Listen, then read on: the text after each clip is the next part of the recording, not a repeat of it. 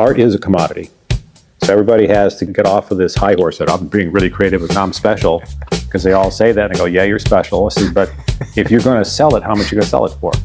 And why are you going to value it that much? You think it's worth $1,000? What if I tell you you can only get $150 for it? What are you going to do? And one of my mottos with my kids was, we got to learn to, be willing to be lousy.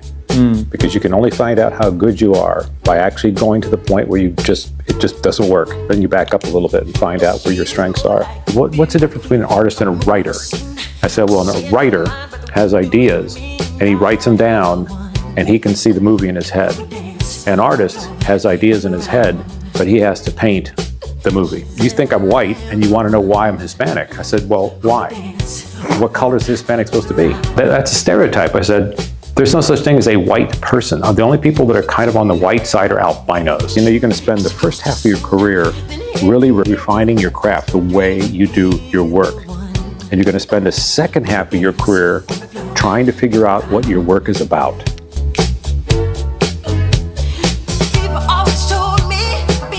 I'm Adrian R. Been involved in art for probably over 50 years. So even in high school, I was an art student and went on to college for art, finished my degrees at Temple University, did my master's at University of Cincinnati, and spent a year studying abroad with Tyler School of Art in Rome, Italy.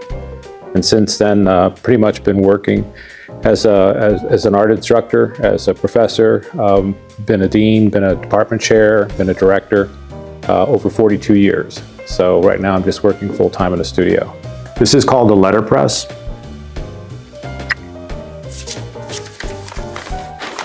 If you took design, this is what you would have worked on back in the 50s and 60s, because we didn't have computers. So the way this guy works, this is my packing. And if I want to land this in here, then I would put ink on this, either on the press or by hand. And then what I would do is,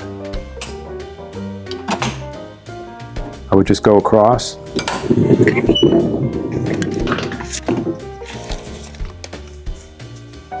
And that's my image, the way it's been printed on there. This is an old school press. This is called a clamshell. And it's called a clamshell because it goes like this. So, and I'll pretend that I'm printing it, but it would be this.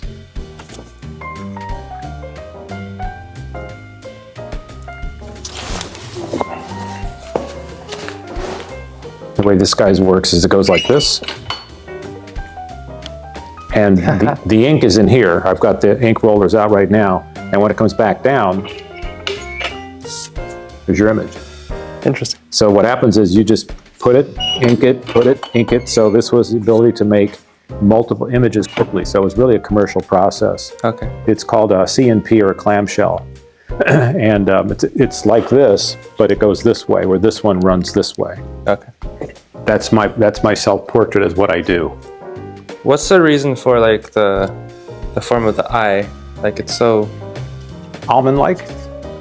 Yeah. Oh, some people have them like that. It's just something that I pick up on a masks. Many of the masks, more for me, more the indigenous. It's kind of an indigenous look to the eye, but it's just, and I play with it because when you see masks, what they call lucha libre, Mexican wrestling, they often have really defined areas in the eyes as part of their mask, but so does African mask making, and so I just see these commonalities between different cultures and just make use of them. Paper, actually, it's an Asian paper called...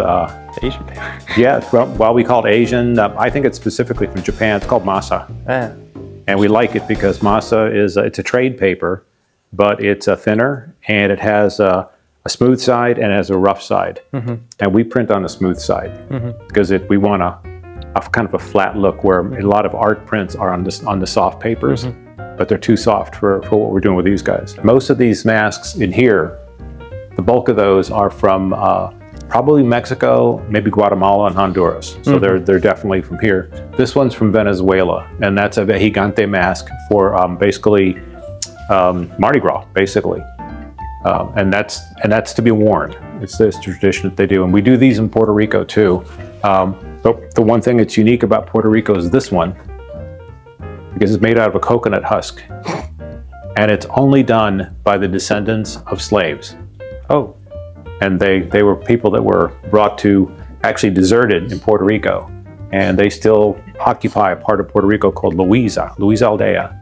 And they carve those, the husk, not the coconut sits inside the husk. And they dry the husk and they cut them in half and they use a machete to carve them, and that's their vejigante mask. So what this group does in paper mache, this is what they do by carving the coconut husk. They're reference points for me, just to kind of always look at them, the simplicity of them in some cases. Sometimes I'll borrow some aspect of maybe the way the teeth are, or the horns in particular. That shows up in my work periodically to get a sense of the horns, because most people think of horns as being the devil, but that's not the case. It's the horn is because there's 3 of them. So it's more just about kind of a defensive kind of aspect that some characters have. Some of them work with horns like this, where it's a horn, but then it's got flames coming off of it. Very different. Very cartoonish almost. Yeah, exactly. And actually the paint that they use is actually modeling paint. You know, these little paint sticks and these kinds of things, because it's what they can get. They don't have art stores in many of the countries and throughout the world, especially for the South here. And so they just work with what is on hand, and without ventilation, they just do it. What I did here with this one was, it was a large, big ass piece of paper, and I'd done a figure drawing on it from a class, and then decided it was fine, but I wanted to do something with the body. So the body became the shape of this big mass. That's the torso right there. And then I started drawing on it and adding shapes to it. And when I did that, I'm going to laminate it to this piece of wood. And then I started painting on it with acrylic colors. So there's acrylic paint on the wood and on the paper itself. And when I got it where the colors are very bright and garish, I started working into it with oil pastels. So these are oil pastels, they're oil bar, Senneliers, Caron d'Ache, different brands. Over time they get hard, but I liked it because when I work it, I can draw into it. So my tool for rendering, all these little rendered marks in here, actually that's ebony pencil, because ebony mixes the oil in a real nice sort of way. And I'm really graphic as a painter.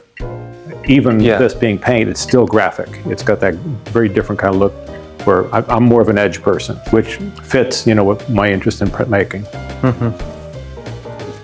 I might have a bit unrelated question. Okay. I see a lot of black artists today.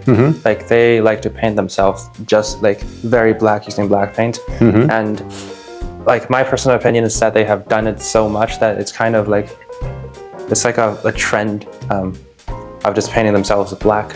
As a color, instead of investigating the full range? Yeah, I don't really think they think as much as before, because the first person who paint themselves black is innovative, but everyone doing the same thing. Same thing. So there's a lot of that. It has to do with identity.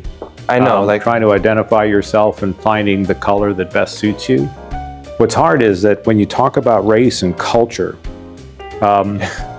because that's such a big deal, it's only a big deal here for the most part. Yeah. It's an American thing, because we're always caught up in, well, so where are you from, and who did you marry, who are your parents, and who do you bank at? I mean, we get into all this kind of class stuff. Even though we claim we're all Americans, we just really do get into hierarchy. But one of the things that I talked about to students, I said, well, you know what? I said, you keep calling me, you think I'm white, and you want to know why I'm Hispanic. I said, well, why? What color is Hispanic supposed to be? That's a stereotype. I said, there's no such thing as a white person. The only people that are kind of on the white side are albinos. But the main thing is that I would teach students, I said, when you learn to paint, especially if you learn to do portraits of people, they're not black and white or green or orange or anything like that. I said, what you have to decide is, do they feel like they're a warm tone, or do you think they're a cool tone? And I go, what do you mean? I says, well, if they're a warm tone, then you want to do your underpainting probably in umbers, because it's greenish. And just get your values down and get that set up, and then paint your colors on top. But if there's someone who's very kind of like the other way around, do your underpainting in, say, sienna, which is more orange, get your values all built up, and then put your color palette on top of that, and it will give you a very different, robust look, kind of look to that person. It doesn't matter whether they're black, white, green, orange, you still need to have something down that's not white. It has to be something underneath there. Because we all have one thing in common. We have blood in our veins. And so it's red in the arteries, and it's blue in the veins. That means it has something to do with your pigmentation. It's coloring from inside. So you can't start with a white canvas. You got to have color. It's like what we do in printmaking. It's interesting is when you do decide to do black and white, you're going to go with a white surface. But if I put that print on a neutral paper, like a tan, it's not going to look like this. It's going to look a little different. And so we always think about, I said, when you do your prints, you do your baker's dozen, I said you have to have 5 colors. And one of them is the paper. And they go, what do you mean? I says, well, are you going to print white paper? Are you going to print a neutral paper? Are you going to go Arches buff? Are you going to use Arches, white? What are you going to do? I said, that's a color. It's a color choice. And then when you start putting your colors on top, it has an effect. As a art professor, what do you think art education brings the youth in terms of like art? Like, does that make them into a artist, or what do you think education brings them? That's a good question. I don't think it makes them an artist. I think what it does is it opens up opportunities for them to think about what they might do creatively, but it depends on what course they're taking. So I taught a whole range of courses, drawing, 2D foundations, 3D foundations, figure drawing, mural painting, and did printmaking as well. And so that meant that I was dealing with students who weren't necessarily a major in that particular class. So dealing with painters in printmaking, for instance. And in some cases, they were people that had an idea. Actually, their idea about art was based on what they heard in high school. So the problem there is that that's not exactly accurate. That's the high school perception of what being an artist is. When you get into college, then you get a better sense of it, because what's different about high school and college is that the artists you're studying with, they are art faculty who are artists and designers and historians, and that's their professional field, not education. So many cases what they'll do is they'll try to explain to the student that it's okay to want to learn to paint. It's something else to become a painter. It takes a lot of training, takes a lot of skill, and more patience than anything else. That you really have to be willing. One of my mottos with my kids was, we got to learn to, be willing to be lousy, because you can only find out how good you are by actually going to the point where it just doesn't work. Then you back up a little bit and find out where your strengths are. And I think that one of the challenges when you get students out of high school and come into university, they can't believe how many hours you have to take for each class, because they're used to taking, say, like you guys have at Katz Academy, that art block. Well, that art block at a university or RISD level, that's one class. It's not a group of class, just one. You got to do that 3 or 4 times a week to actually get all your classes in, because the time is more concentrated, which makes it a challenge. If you go to university, it's a little harder because the other students have classes that only meet for short blocks of time, and they have more time to be a community, do things on campus, where at an art school type environment, it's not the case. It's much more concentrated. What would be one advice you would give to young students who are going to try to find an artistic path in their future? Be persistent. Keep doing it just every day when you get up. Whatever you did, take a good look at it. Keep doing more of it. Just keep doing it, and periodically take a break. Go do something else. That's why I work on motorcycles. I need a break. So that gives me something, and while I'm doing that break, I'm thinking about my last print. I'm thinking about my next print. It gives me a chance to kind of free think when I'm not working on something that's physical in the studio. It gives me a chance to kind of rethink it. But I think for a young person, it's you got to be persistent and you got to dare to be lousy. So this is one of the earlier series that I was doing. These are all large plywood panels that have a frame on the back to keep them flat. And if you look at it, faces are cut out. So there's a profile looking this way. And this is the profile looking this way, and they go all the way around. And they come up all the way up on the other side. And this piece is called the Monumento a los Desaparecidos. And in Spanish, that means a monument to the disappeared. And so the disappeared are not in here, they're out here. They're missing, they're gone. But these are all aspects of basically the cultures where, it's Christianity, it's crucifixion, which means persecution. You've got church windows, but they also look like tombstones. There's the church, but the church kind of was helping. The kind of church was actually hindering, not being helpful. And these are the mourners towards the bottom. And these are actually 3 prints I had done some years ago. And I had this paper and I go, I just don't like these prints. So I started drawing on them, and then I glued them on here. And this is all acrylic with sand in it. And then all this is oil pastel and other kinds of oil kind of media to finish the drawing out. It's really fucking cool. It is, isn't it? Kind of a hoot. But I've really got into it. What's interesting is people go, why'd you do this? I says, well, there's a lot of anatomy in here, you know, where I actually had rib cage and spines and things like this because I was teaching life drawing. And I would borrow them and I would use them, so I got the anatomical part in here, and then show students how just because you are taking a class in figure drawing doesn't mean you can't use anatomy as part of your message. So what happens is that the ribs are not so much ribs as they're the stripes on the Pope's hat, but they become ribs. Goes this way. And then the hands have what we call a stigmata. And across the cross is. This is one of those, this is hard to put into somebody's collection. You have to be somebody who's really interested in this kind of work. The other ones were more suggestive, like that one, more symbolic, and those went into collections in a little different way. I don't think a good piece of art should be too directly symbolic or meaningful. Yeah, I think it's all about, like I said before, it's about the nature of your content. If your content is to advertise something like that hand-printed, picking and printing, I mean, that's what a poster should do. It should get the message across quickly because you're trying to get people to do something. You're trying to get them somewhere.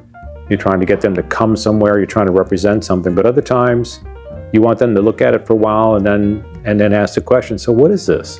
And ask them, what do you see? How do you read it? And I always would tell people, says, well, what's the difference between an artist and a writer? I said, well, a writer has ideas and he writes them down and he can see the movie in his head. An artist has ideas in his head, but he has to paint the movie. He has to put it and make it physical. So same people, but just backwards. A little different. Interesting. Do you think an artist must learn how to do art to become an artist? Well, it depends what you think art is. You know, it's kind of ironic because as you're talking, I'm remembering that down the hallway, Michael Pietragala, who was a painting student back at the old Swain Academy of Design, which used to be here in New Bedford, actually one of the oldest art schools in the country, founded in 1881. He's not a painter. He's using painter's sensibilities, and what he is now is he's a furniture maker and a restorer of wood furniture. But the sensibility of handling a surface, the ability to look for the details, but also to have the overall picture, the kind of view, the vision, that came from his painting training. What do you think it means to be an artist? Well, if you want to be an artist, you've got to have a lot of moxie. That means you've got to be willing to take challenges, kind of live off the grid, as it were, a bit. And if you've got friends who are not artists, you're going to have difficulty keeping up with them because you're going to have to spend more time doing what you do than what they do. By that is like, just because you're going to be a painter, you may have to get a different job. Or you have a job as a teacher. And if you're teaching art, the problem is you're not doing your art, you're teaching other people how to do their art and how to learn the craft. So you can't use that as a way to get to your work. You have to set time aside to do your own work. And you need to, because as I used to tell graduate students, I said the tricky part about working with students, especially at the freshman, sophomore level, they're full of themselves because they were like the hot shots in high school. And now they're in college and they still think they're the hot shots, except everybody else in the room was one too. So now the competition starts all over again. So like I would say to them, remember when you were a senior in high school? Now you're a freshman all over again at the university level. Yeah. And the people here you're studying with are either the same age, but they could be 10 or 12 years older than you. And it's still the same competition. You don't get any special benefits. So that's one of the aspects I think about art making is that what's intriguing about art making, we talked about this because we also had a music program at the university, that what we teach students to be able to do is to think with information, to view things differently, to work with their hands, hand-eye coordination, to question. We always come up with an inquiry that's very unique to us, which is very unique to all the academic fields. The only one that actually says, what would I like to investigate that's in art and music and design dance, the creative arts. The other fields you don't. You investigate what someone else has already done, and you research them. So that sets us apart, but it also means that we have a lot more work we have to do. And sometimes some people are up for the task, and other people are really not up for the task. It makes it a little bit different, but I think the one thing that we do with art students, and I would mention this to parents when I used to help with recruiting as a dean, is that even though your son or daughter wants to major in illustration or graphic design or something like that, and you're not sure if that's a good way to go, it says, well, but we're still teaching them how to read and write. We're teaching them about science. We're teaching them about math. They're taking all the same courses all the other students are taking. They're just taking a concentration in art and design. Yep. And so that doesn't mean that their degree is any different. It's specialized differently, but it still has the same basic, what they call the general education core. So you still train broadly. And then I think life will decide what you do. I mean, it never occurred to me that when I finally got my undergraduate degree, that I have an opportunity to go and live in Italy and continue graduate study independently, but live in another country for a year, beyond my wildest dreams. The opposite for you, where you're here from another country. For me, it was the other way around. And what I learned is when you live somewhere else, as you're learning, is that when you go somewhere else and get used to how people do things there, you realize how you're very different. But not different to them, but your traditions are different. So for me, learning to deal with the Italians and try to blend in the things that I thought were true as an American were not true in Italy. The first mistake I made, I was there for the whole academic year, and we got into a discussion about so what are we going to do for Thanksgiving? And the Italians go, what? Okay? Thanksgiving, what do you guys do for Thanksgiving? He says, che cosa? We don't study, what is that? They have no idea what that is. So they don't know what July 4th is, they don't know what Memorial Day is, we don't have Labor Day, all these things you've learned about American traditions. Easter is probably the only one that they responded to, and Christmas. Everything else, they had holidays for saints and things like that we don't have. And I'm going, oh my God, this is wild. We're going to have class on Thanksgiving because this is a regular work day in Italy. So that's the thing you learn. So what you learn is you'll learn to be flexible, which is a valuable skill as an artist. You've got to learn to move with your successes and your failures and work around it, which is a technique we teach in printmaking, is that when something's not working on the press, don't argue with it. Ask the question, what could I do differently? Is it more pressure? Is it a little bit more ink? Do I need to pack it from underneath to give it more of a oomph from the press bed? So that's called working around.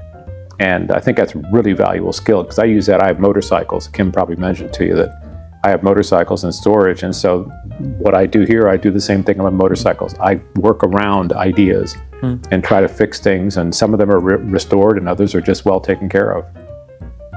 So this is an artist book. And this looks like, like people imagine, the banana leaves might look like. And this is a trade paper, actually from Japan, but it's got a nice texture to it. So the project here was to have a book that had poems on both sides and that it would protect itself like this. So, because most books, when you open them up, pages go this way. Yep. These aren't bound on the inside. So what that let me do is, it let me do this. So one side seems like it's in English and the other side's in Spanish. And these are all little silk screens and handset type. And then when I got to each of the pages with the poems, remember we talked about that phrase, La Mancha de Plátano. La Mancha de Plátano. Exactly. So what La Mancha de Plátano means is when you see the poems, Puerto Rico is always right there. And so as you go through, and these are also what we call facing text. There's English on the left, Spanish on the right, English on the left, Spanish on the right. And then each one of these, as you go through the book, it takes a while to get used to it because I haven't folded these back, but you can see there's the island again. And these are symbols throughout the thing. And then it just keeps going. And then there's one where it's huge. This is one big, long poem. And it took all four sides. So it's the backs of, it's a back, it's a front, that's the front, there's the island, there's the big images. And each time when you go back, you keep seeing something in the back and you go, what is that? You go, it's the whole island. La Mancha de Plátano. Interesting. So it gets you back there. So this is one of my ways to work. And my mother was helping with a Spanish translation. This is the last project she and I worked on together. So as a esteemed art professor yourself, and being in the field so many years and having real life experience, what do you think is the most striking factor that kind of differentiates a piece of work as a student work from a piece of work that is a mature piece of work? That's also a very interesting question. I used to have, when I teach printmaking, one of the things that we would do is I would teach the students to do an addition. And I don't know if you know what that means. What that means is that when you make something, then you make a certain number of them and they must be identical. Yep. And the ones that are not a match, you take them out. You don't leave them in, you just pull the good ones. So I would say your major project, as we get at the end of, like, say, silkscreen, you're gonna do a baker's dozen. They go, what's that mean? It says, well, it means a baker's dozen is a dozen, whatever, donuts, and one for the baker. So the number is 13, which of course has all sorts of, iconographical kind of references for many people. I was born on the 13th, so I just picked the number because it's my birthday number. Oh, same. You same? Yeah, oh, there you go. Yeah, go 13. Black Friday. If you were born on Friday the 13th, in American culture, that's supposed to be a bad luck kind of day, but it's not. It worked out just fine. And they would go, what? I go, yeah. So let's talk about this. I said, so you're hedging because you don't think you can do 13 that match. Well, yeah. What about the ones we make a mistake? I said, well, that's why you don't print 13. You must print at least 20, because out of that you're going to cull the 13 best. And a couple of them might be okay, and you can leave them as an artist proof, and the other ones, do something else with them, turn them over, work on the back side. And that was one of the struggles to get them to understand, because in high school they could just make a print, one. They're done, they walk away, they don't have to do it again. But when you take a class in printmaking, what you learn builds up to a crescendo over 15 weeks, but you got to keep doing it over and over.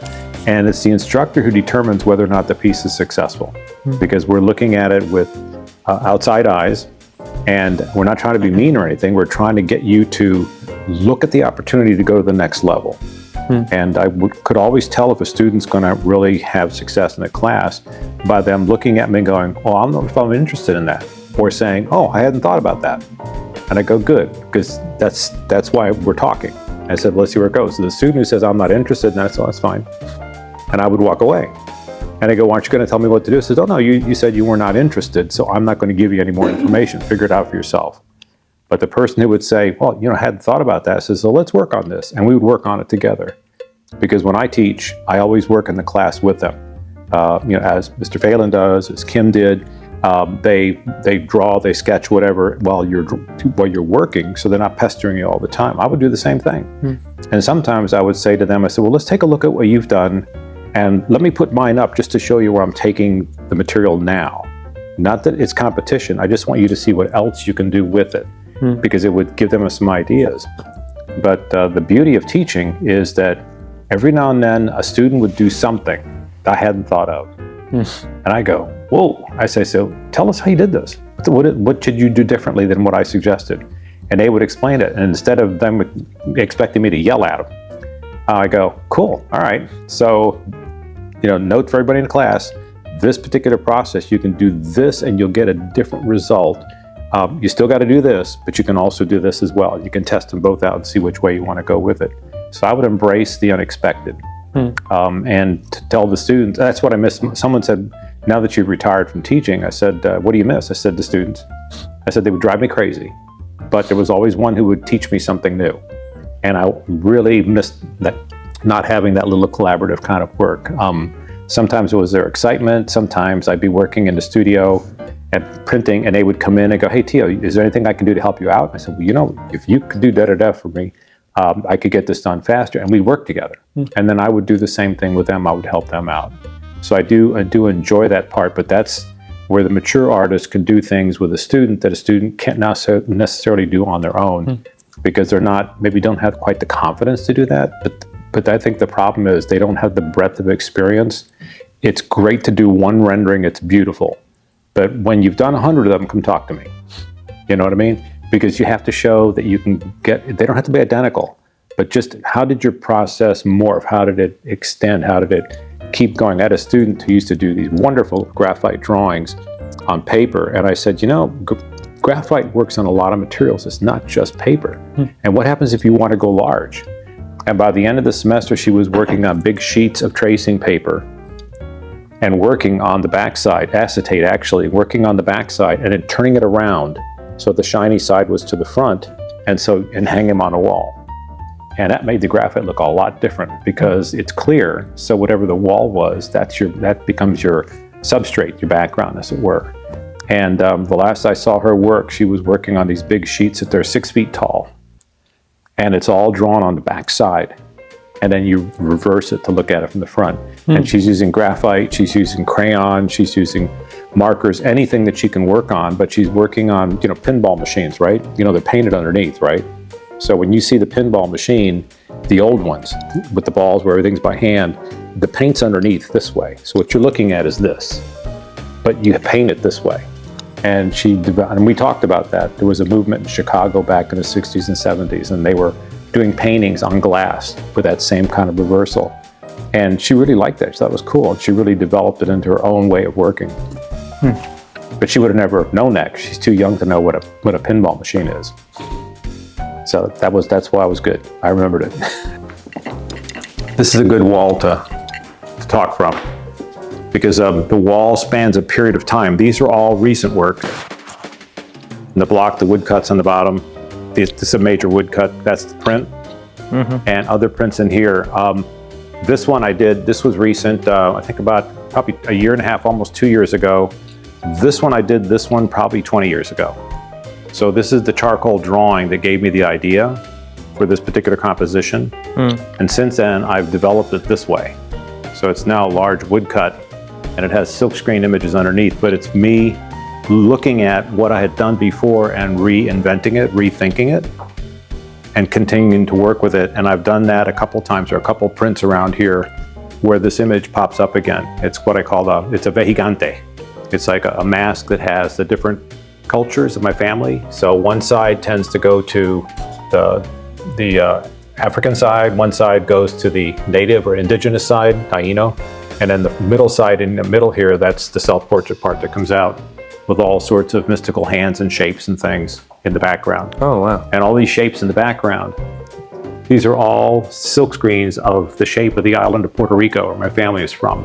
And they're just floating around and all in different places like that. And then because of the size of the block, I just went and hand drew in watercolor and pen and ink on the outside. So I brought this skill set back on the outside, even though I printed on the inside. But you can see the image is different because I reversed it so that what's here is reversed. So I changed it. So it's not the same exactly. And that is one of the things you can do in printmaking. You can flip your images pretty much. And it's the same thing I do with these guys, where this one, this large block here, follows that same kind of concept. You can see the faces on the ends, duality, black face, white face, kind of designed after wrestling masks. And it's got different symbols in it that are important to the various cultures. But the sun and the moon, the eclipse, are very important to all cultures. We all deal with some sort of a moon, solar kind of a cycle. So this one's called La Penumbra, which in Spanish means the eclipse. And plays into that. And then you can see it coming up. Here it's the island. Here's a symbol from the island. But it's me looking back at how I can think about things. But the layering here is the same layering as in here. It's silkscreened underneath on a smaller scale and a woodcut printed right on top. Again, layering. You do that in Photoshop. I do it direct in silkscreen. And this is a monoprint, but it has La Mancha de Plátano, which means the stain of the plantain, which to us is, if you're from the Caribbean, wherever you are, you'll always have the Caribbean with you because it's in your blood, it's in your DNA. La Mancha de Plátano. And La Mancha de Plátano used to be a slam. It used to be a snide kind of comment.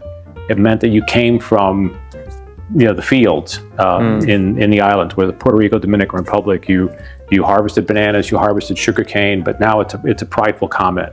I have La Mancha de Plátano. It's a good thing. And back here is just more of the image. I'll go this way. More of the images over here. You can see how I work with the different shapes. So the one that's on the wall there, which is this one, I'm thinking about putting silkscreen images down on top of it to give it color, because it's black and white and I could put on it. And this is another one I've just done, and it has similar images, but I took them apart, reversed them, put them together in different ways. So These have a very different look to them, but if you look inside of it, the symbols are there. They've just been moved inside, where the faces go in, and the eclipse is over here, and then here's eclipse over here is the sun, and there's the moon on that side. It's called Boricua. And you can see La Mancha de Plátano. So, and again, it's that whole kind of layering thing. So someone said, why do you layer your work like that? And I said, well, if I think about Hispanic culture, what's unique about Hispanic culture to me is that it's not what you think you're getting. It's very layered, because all Hispanic cultures, all of them, are some sort of a mix between the European, the African, and the indigenous, and to different levels. And the one thing that kind of binds it together is the Spanish language, which has been adapted by all the different cultures into one, even though the words of the Africans and the Taino are embedded in Spanish. And so there are words like, you use a word called hurricane, but hurricane actually means huracán, and that's a word from the Caribbean originally, and was used by the Spanish to reflect that canoe is canoa. Also, the Spanish grabbed that from the indigenous, and it became part of the vocabulary. So the cultures are still there. They're just embedded differently. And the food, and for us, it's the food, the music, and the art all kind of reflect the three cultures coming together. So we call it the raíces, really, our roots, and we say the three roots, los tres raíces. And we always remember that, so we're not always saying, I'm just this or that. We're the mutts. We're always a mix. A quite unique part of printmaking is that we kind of repeat the same thing more and more, which is, I think it's sometimes despised in other forms of art where you copy yourself too much. That will be too repetitive, but you really want to be exact when it comes to printmaking, like it's printing many pieces. So how do you think this process influences the value of art? Like, does that makes it more of a commodity, or do you think it doesn't influence at all? Well, first off, it's an interesting point, because art is a commodity. So everybody has to get off of this high horse that I'm being really creative and I'm special, because they all say that and I go, yeah, you're special. I said, but if you're going to sell it, how much are you going to sell it for? And why are you going to value it that much? You think it's worth $1,000? What if I tell you can only get $150 for it? What are you going to do? Well, if you want to live off yourself, you're going to take the $150, because you got to start somewhere. You got to work towards it. But what printmaking does, like photography, is that you refine what we call your craft, the way of doing your work. And I would tell the students, I said, you're going to spend the first half of your career really refining your craft, the way you do your work. And you're going to spend the second half of your career trying to figure out what your work is about. Because content at some point in your life will become more valuable to you than the craft, because you've got the craft down. You understand how to do everything, where you can work with digital cameras, you can work with single lens reflex, you can do daguerreotypes, you can do cyanotypes, you got that all down. Pinhole cameras are a blast, but what's the point? What's your content? So when you get to the issue about details or the lack thereof, it comes down to, what is the piece saying? What's your content? What are you trying to drive at here? And I found that that's what my work has, this very different look to it, or my self-portrait here. These are ways that I think now, but it's not the way I was trained. It's just that I kind of came to this because I let my family's heritage percolate up into the surface and not get too messed up by the American culture, but actually make it more important to me, and explore things that people go, so what is all this stuff? I go, well, it's me talking about looking, as I say, Puerto Rico is behind me. Meaning that I'm looking at my Spanish and my African and my Taino forebears and seeing things that they did and thinking, how would I rethink about that? How would I redo that in the way that it works?